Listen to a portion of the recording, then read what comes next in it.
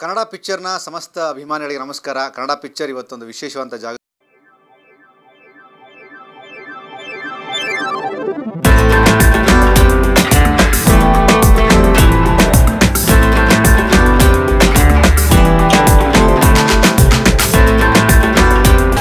ಈ ಒಂದು ಸಂಚಿಕೆ ಶುರು ಆದ ನಂತರ ನಿಮಗೆ ಸುಮಾರು ಈ ಥರದ ಮೊಮೆಂಟ್ಗಳು ಕಾಣಿಸ್ತಾ ಹೋಗ್ತವೆ. ಬಿಕಾಸ್ ಯೂಶಲಿ ನಾವು ಕಲಾವಿದರ ಹತ್ರ ಹೋದಾಗ ನನ್ನ ಹತ್ರ 100 ಇದೆ, ನನ್ನ ಹತ್ರ 200 ಇದೆ, 300 ಇದೆ, 1000 ಇದೆ ಅಂತ ಮಾತಾಡ್ತೀವಿ. ಬಟ್ ಯಾವಾಗ ಸಂಖ್ಯೆಗಳು ಜಾಸ್ತಿ ಆಗ್ತಾವೋ ಆ ಎಲ್ಲ ಪ್ರಶಸ್ತಿಗಳನ್ನು ಪಡೆದಂತಹ ಆ ವ್ಯಕ್ತಿ ಕೂಡ ತುಂಬ ಇಂಪಾರ್ಟೆಂಟ್ ಆಗ್ತಾರೆ. ಇವತ್ತು ನಮ್ಮ ಜೊತೆಗಿರುವಂತಹ ನಮ್ಮ ಕನ್ನಡದ ಅತ್ಯಂತ ಶ್ರೇಷ್ಠ ಪ್ರತಿಭಾವಂತ ಭರತನಾಟ್ಯ ಕಲಾವಿದೆ, ಕಿರುತೆರೆ ನಟಿ, ಸಿನಿಮಾಗಳನ್ನು ಕೂಡ ಮಾಡಿದ್ದಾರೆ, ತುಂಬ ಬ್ಯುಸಿ ಇದ್ದಾರೆ, ಸ್ವಲ್ಪ ಟೈಮ್ ಕೊಟ್ಟಿದ್ದಾರೆ.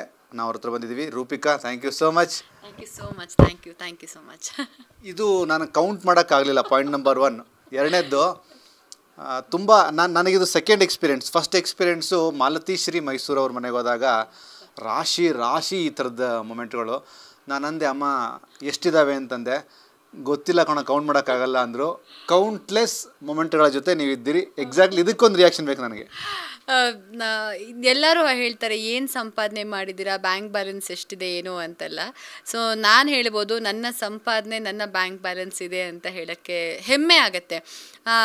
ಅದಕ್ಕೆ ಒಂದು 3,000ಕ್ಕಿಂತ ಹೆಚ್ಚು ಇರ್ಬೋದು ಅಂತ ನಾನು ಅಂದ್ಕೊಂಡಿದ್ದೀನಿ.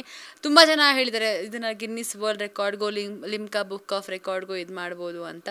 ಮೇ ಬಿ ಆ ಪ್ರಯತ್ನಗಳು ಏನೂ ಮಾಡಿಲ್ಲ. ಸೊ ಐ ಥಿಂಕ್ ಇದೆಲ್ಲ ಒಂದೊಂದು ಮೊಮೆಂಟು ಹಿಂದೆನೂ ಒಂದೊಂದು ಕತೆ ಇದೆ.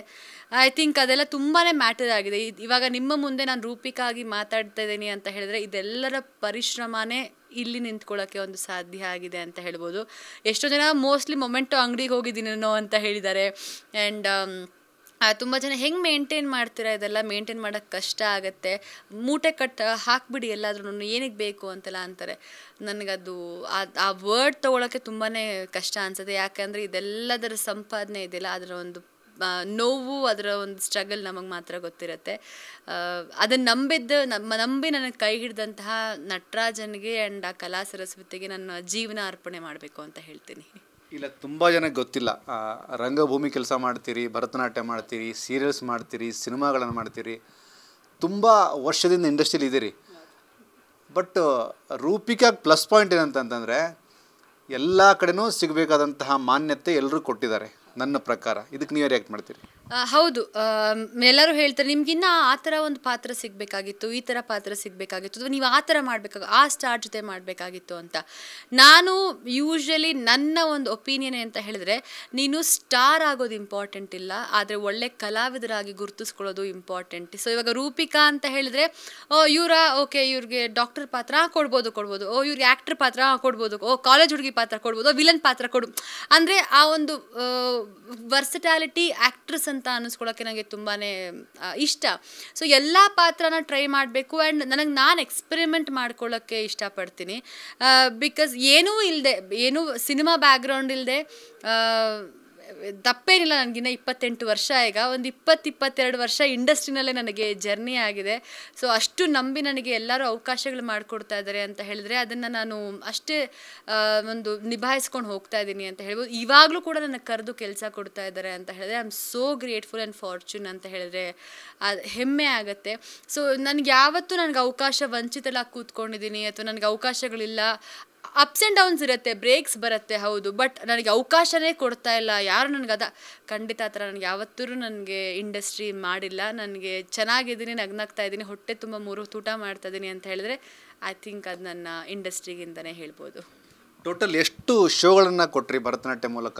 ಮೇಲೆ ಎಷ್ಟು ಸೀರಿಯಲ್ಸ್ ಮಾಡಿದ್ರಿ, ಎಷ್ಟು ಸಿನಿಮಾಗಳನ್ನ ಮಾಡಿದ್ರಿ? ಸುಮ್ಮನೆ ಒಂದು ಜಸ್ಟ್ ಫಾರ್ ರೀಕ್ಯಾಪ್ಗೋಸ್ಕರ ಸುಮ್ಮನೆ ಹಾಗೆ ಒಂದು ಗ್ಲ್ಯಾನ್ಸ್ ಮಾಡಬೇಕು ಅಂತ ಹೇಳಿದ್ರೆ ಭರತನಾಟ್ಯಂ ಹಾಗೆ ಎಲ್ಲ ಬೇರೆ ಎಲ್ಲ ಶೋಸ್ ಕೌಂಟ್ ಮಾಡ್ಬೋದು. ಅಂದರೆ ಮೇ ಬಿ ಒಂದು 4,500 5,500 ಸಾವಿರ ಪರ್ಫಾರ್ಮೆನ್ಸ್ ಕೊಟ್ಟಿದ್ದೀನಿ ಅಂತ ಹೇಳ್ಬೋದು, all over world. So maybe ಅಂದಾಜಷ್ಟು. ಆ್ಯಂಡ್ ಒಂದು 15 ಸೀರಿಯಲ್ಗಳು, ಒಂದು 15ರಿಂದ 20 ಸಿನಿಮಾಗಳು ಬಾಲನಟಿಯಾಗಿ ಮಾಡಿದ್ದೀನಿ.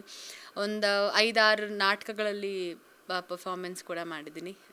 ಹೀರೋಯಿನ್ ಆಗಿ ಇದುವರೆಗೂ ಮೇ ಬಿ ನಾನು ಯೂಶ್ವಲಿ ಅದು ಕೌಂಟ್ ಇಡಲ್ಲ, ಕೌಂಟ್ ಇಟ್ಟರೆ ಮೇ ಬಿ ಲೆಸ್ ಆಗುತ್ತೆ ಅಂತ ಹೇಳಿ ಮೇ ಬಿ ಹೀರೋಯಿನ್ ಆಗಿ ಒಂದು 12ರಿಂದ 13 ಸಿನಿಮಾಗಳು ಮಾಡಿದ್ದೀನಿ. 10 ವರ್ಷಕ್ಕಿಂತ ಜಾಸ್ತಿ ಹೀರೋಯಿನ್ ಆಗಿ ನಾನು ಇನ್ನು ರೆಸಿಸ್ಟೆನ್ಸ್ ಆಗ್ತಾಯಿದ್ದೀನಿ. ಈಗ ಸಿನಿಮಾ, ಸೀರಿಯಲ್ಲು ಆ್ಯಂಡ್ ನಿರೂಪಣೆ ಕೂಡ ಈಗ ಒಂದು ಹೊಸ ಆಯಾಮ ಮಾಡ್ತಾ ಇದ್ದೀನಿ. ಆ್ಯಂಡ್ ಡ್ಯಾನ್ಸ್ ಸ್ಟುಡಿಯೋ ಕೂಡ ಓಪನ್ ಮಾಡಿದ್ದೀನಿ ಆ್ಯಸ್ ಅ ಫೌಂಡರ್. ಇನ್ನೊಂದು ಕರೋನಾ ಟೈಮಲ್ಲಿ ಒಂದು ಬುಕ್ ಬರೆಯುವಂಥ ಒಂದು ಅವಕಾಶ ಕೂಡ ಸಿಕ್ತು ನನಗೆ. ಅಂದರೆ ಎಲ್ಲ ಏನು IAS IPS ಅಧಿಕಾರಿಗಳಿಗೆ ಒಂದು ರಿಸರ್ಚ್ ಮಾಡೋಕ್ಕೆ ಅಂತಲೇ ಎಲ್ಲ ಫೀಲ್ಡ್ ಬಗ್ಗೆ ತಿಳ್ಕೊಳ್ಳಿ ಅಂತ ಹೇಳಿ ಅವ್ರಿಗೊಂದು ಬುಕ್ನ ಗೈಡ್ ಥರ ಅವ್ರಿಗೆ ರಿಲೀಸ್ ಮಾಡ್ತಾರೆ. ಅದನ್ನು ಅಶೋಕ್ ಮಿರ್ಜಾ ಸರ್, ಅವರು ಕೂಡ IAS ಆಫೀಸರ್, ಅವರು ಹೇಳಿದರು ನನಗೆ ಈ ಥರ ರವಿ ಡಿ ಚನ್ನಣ್ಣವರ್ ಸರು ಅದನ್ನು ಮುಖಪುಟ ಬರೀತಾ ಇದ್ದಾರೆ, ನೀವೊಂದು ಅದನ್ನು ಪ್ರಬಂಧ ಬರೀಬೇಕು, ಇಂಡಸ್ಟ್ರಿ ಬಗ್ಗೆ ಪ್ರಬಂಧ ಬರೀರಿ ಮೇಡಮ್ ಅಂತ. ನಾನು ಹೇಳಿದೆ, ಸರ್ ನನಗೂ ಬರವಣಿಗೆಗೆ ಹೋದರೆ ಮಾತಾಡ್ತೀನಿ, ಸ್ಪಷ್ಟತೆ ಇದೆ, ಅದೆಲ್ಲ ಸರಿ, ಆದರೆ ಬರವಣಿಗೆ ನನಗೆ ಗೊತ್ತಿಲ್ಲ. ಟ್ರೈ ಮಾಡಿ ಮೇಡಮ್, ಪರವಾಗಿಲ್ಲ, ನಿಮ್ಗೆ ಒಂದು ಅಂದರೆ ಎಕ್ಸ್ಪೆರಿಮೆಂಟ್, ನಿಮ್ಮ ಒಂದು ಎಕ್ಸ್ಪೀರಿಯನ್ಸ್ನ ನೀವು ಶೇರ್ ಮಾಡ್ಕೊಂಡ್ರೆ ತೊಂದರೆ ಇಲ್ಲ ಅಂತ ಹೇಳಿ ಅದು ಸುಮ್ಮನೆ ನಾನು ಬರ್ಕೊಟ್ಟೆ. ಅದು ಸೆಲೆಕ್ಟ್ ಕೂಡ ಆಗಿ IAS IPS ಅಧಿಕಾರಿಗಳಿಗೆ ಒಂದು ಗೈಡ್ ಆಗಿ ಅದನ್ನು ಪ್ರಿಂಟ್ ಕೂಡ ಆಗಿದೆ. ಅಲ್ಲೊಂದು ರೈಟಿಂಗ್ ಸ್ಕಿಲ್ ಕೂಡ ಎಲ್ಲ ಚಿಕ್ಕದಾಗಿ ಪ್ರಾರಂಭ ಮಾಡೋಕ್ಕೆ ಅವಕಾಶ. ಸೊ ಆದಷ್ಟು ನನಗೆ ಏನು ಮಾಡ್ಬೋದು ಅಂತ ನಾನು ಕೆದಕ್ತಾ ಇರ್ತೀನಿ, ಹುಡುಕ್ತಾ ಇರ್ತೀನಿ, ಮತ್ತು ಹಸುಕೊಂಡು ಕಾಯ್ತಾ ಇರ್ತೀನಿ ಯಾವತ್ತಿದ್ರೂ. ಆಮೇಲಾಗಿ ಶಿವಣ್ಣ ಜೊತೆ ವರ್ಕ್ ಮಾಡ್ತೀರಿ, ಸುದೀಪ್ ಸರ್ ಜೊತೆ ಮಾಡ್ತೀರಿ, ಒಂದಷ್ಟು ಮಿಸ್ ಆಗಿರ್ತವೆ ಗುರು, ಇಂಥವ್ರ ಜೊತೆ ಮಾಡಬೇಕಾಗಿತ್ತು, ನಾನು ಮಾಡೋಕ್ಕಾಗಲಿಲ್ಲ ಅಂತ, ಆ ಥರದ್ದು ಫೀಲಿಂಗ್ಸು? ಸಿನಿಮಾದಲ್ಲಿ ಹೌದು, ಆ ಥರ ಫೀಲಿಂಗ್ಸ್ಗಳು. ಏನಂತ ಹೇಳಿದ್ರೆ, ನನ್ನ ರೋಲ್ ಮಾಡೆಲ್ ಬಂದು Soundarya madam. She is my greatest inspiration. ಯಾಕೆ ಅಂತ ಹೇಳಿದ್ರೆ, ಅವರು ಹೀರೋಯಿನ್ ಅಂತ ಹೇಳಿದ್ರೆ ಫುಲ್ ಒಂದು ಸ್ಲಿಮ್ ಆ್ಯಂಡ್ ಸ್ಲೀಕ್ ಆಗಿರಬೇಕು, ಅಥವಾ ಈ ಥರ ಗ್ಲಾಮರಸ್ ಆಗೇ ಇರಬೇಕು, ಗ್ಲಾಮರಸ್ ಬಟ್ಟೆ ಹಾಕಿದ್ರೇ ಹೀರೋಯಿನ್ನು, ಆ ಥರ ಒಂದಷ್ಟು ಕಾನ್ಸೆಪ್ಟ್ಗಳನ್ನ ಬ್ರೇಕ್ ಮಾಡಿ ಏನೂ ಗ್ಲಾಮರಸ್ ಇಲ್ಲದೇ ಅವರು ಒಂದು ಎಕ್ಸ್ಪ್ರೆಷನ್ಸ್ ಮೂಲಕನೇ ಕನ್ವೆ ಮಾಡ್ತಾಯಿದ್ರು. ಅವರಿರುವಂತಹ ಬ್ಯೂಟಿನೇ ಹೆಸರು ತಕ್ಕಂತೆ ಎಷ್ಟು ಅಂದವಾಗಿ ಸೌಂದರ್ಯವಾಗಿದ್ದರು. ಅವರ ಕಣ್ಣು ಎಕ್ಸ್ಪ್ರೆಷನ್ಸ್ನಲ್ಲೇ ಅವ್ರು ಅಭಿನಯಿಸ್ತಾ ಇದ್ರು. ಆ್ಯಂಡ್ ಅವ್ರು ಪ್ಯಾಂಟು ಶರ್ಟ್ ಹಾಕ್ಕೊಂಡ್ರು ಲಕ್ಷಣವಾಗಿ ಕಾಣಿಸ್ತಾ ಇದ್ರು, ಸೀರೆ ಉಟ್ಕೊಂಡ್ರು ಲಕ್ಷಣವಾಗಿ ಕಾಣಿಸ್ತಾ ಇದ್ರು. ಆ್ಯಂಡ್ ಏನು ಅವರು ಯಾವುದೇ ಒಂದು ಎಕ್ಸ್ಪೋಸ್ ಇಲ್ಲದೇನೆ ಪಾತ್ರದ ಮೂಲಕ ನಿಭಾಯಿಸ್ತದಂತಹ ಒಂದು ವ್ಯಕ್ತಿತ್ವ ಅಂದರೆ I think it's Soundarya ma'am. ನಂಗೆ ತುಂಬ ದೊಡ್ಡ ಇನ್ಸ್ಪಿರೇಷನ್ ಅವರು. ಐ ಥಿಂಕ್ ಅವ್ರನ್ನ ನಾನು ನೆನೆಸ್ಕೊಳ್ಳೋಕ್ಕೆ ಇಷ್ಟಪಡ್ತೀನಿ. ಓಕೆ, ಪ್ರೆಸೆಂಟ್ ರೂಪಿಕಾ ಅವರು ಯಾವ ಪ್ರಾಜೆಕ್ಟ್ ಮಾಡ್ತೀರಿ? ಲಕ್ಷ್ಮೀ ನಿವಾಸದಲ್ಲಿ ಕಾಣಿಸ್ಕೊಂಡಿದ್ದೀರಿ, ಅದ್ರ ಜೊತೆಗೆ ಸಿನಿಮಾ ಪ್ರಾಜೆಕ್ಟ್ಸು ಅದ್ರದ್ದೇನು ಅಪ್ಡೇಟ್ಸ್ ಇದೆಯಾ? ಹೌದು, ಈಗ ಒಂದು 2-3 ತಿಂಗಳು ಬ್ರೇಕ್ ತೊಗೊಂಡಿದ್ದೆ. ಬಿಕಾಸ್ ಅಪ್ಪ ಕಳ್ಕೊಂಡಿದ್ದ ಕಾರಣ ಒಂದಷ್ಟು ನನಗೆ ಅದರಿಂದ ಹೊರಗಡೆ ಬರೋಕ್ಕೆ ನನಗೆ ಸ್ವಲ್ಪ ಟೈಮ್ ಬೇಕಾಗಿತ್ತು. ಅದಾದಮೇಲೆ ಇವಾಗ ಇಮಿಡಿಯೇಟ್ಲಿ ಲಕ್ಷ್ಮೀ ನಿವಾಸ ಜಿ ಕನ್ನಡದಲ್ಲಿ ನಡೀತಾ ಇದೆ. ತುಂಬ ಚೆನ್ನಾಗಿ ನನಗೆ ರೆಸ್ಪಾನ್ಸ್ ಕೊಡ್ತಾ ಇದ್ದೀರ ನನ್ನ ಪಾತ್ರಕ್ಕೆ. Thank you. ಅದೇ ಥರ ಪ್ರೀತಿ ಪ್ರೋತ್ಸಾಹ ಇರಲಿ. ಆ್ಯಂಡ್ ಅದಾದಮೇಲೆ ಈಗ ಒಂದಷ್ಟು ಸಿನಿಮಾಗಳು ಕೂಡ ಡಿಸ್ಕಷನ್ಸ್ ಆಗ್ತಾ ಇದೆ. ಈ ಸದ್ಯದಲ್ಲೇ ಮೇ ಬಿ ಇನ್ನೊಂದು 15-20 ದಿವಸದಲ್ಲೇ ಒಂದು ಒಳ್ಳೆ ಸಿನಿಮಾ, ಒಂದು ಒಳ್ಳೆ ಹೀರೋ, ಐ ಥಿಂಕ್ ಅವರು ಕೂಡ ಕನ್ನಡ ಪಿಕ್ಚರ್ಸಲ್ಲೇ ಫಸ್ಟ್ ನಾನು ಹೇಳ್ತೀನಿ, ನಾನು ಸದ್ಯದಲ್ಲೇ ಬಂದು ಒಂದು ಒಳ್ಳೆ ಸಿನಿಮಾ ಮೂಲಕ ನಿಮ್ಮ ಮುಂದೆ ಮತ್ತೆ ಕಾಣಿಸ್ಕೊತಾ ಇದ್ದೀನಿ ಅಂತ ಹೇಳಿದ್ರೆ ತಪ್ಪಾಗಲ್ಲ. ಒಳ್ಳೊಳ್ಳೆ ಸಿನಿಮಾಗಳು ಬರ್ತದೆ, ಸೀರಿಯಲ್ಗಳು ಅವಕಾಶಗಳು ಬರ್ತಾ ಇದೆ. Okay, thank you so much Rupika, ಒಳ್ಳೆಯದಾಗಲಿ. ಇದಿಷ್ಟು ರೂಪಿಕಾ ಅವ್ರ ಮಾತು. ಒಂದು ರೌಂಡ್ ನಾವು ಈ ಎಲ್ಲವನ್ನು ತೋರಿಸ್ತೀವಿ. ಸದ್ಯದಲ್ಲೇ ರೂಪಿಕಾ ಅವರ ಬ್ಯೂಟಿಫುಲ್ ಎಪಿಸೋಡ್ ನನ್ನ ಕತೆ ಕನ್ನಡ ಪಿಕ್ಚರಲ್ಲಿ ಬರುತ್ತೆ, ಮಿಸ್ ಮಾಡದೆ ನೋಡಿ. Thank you so much.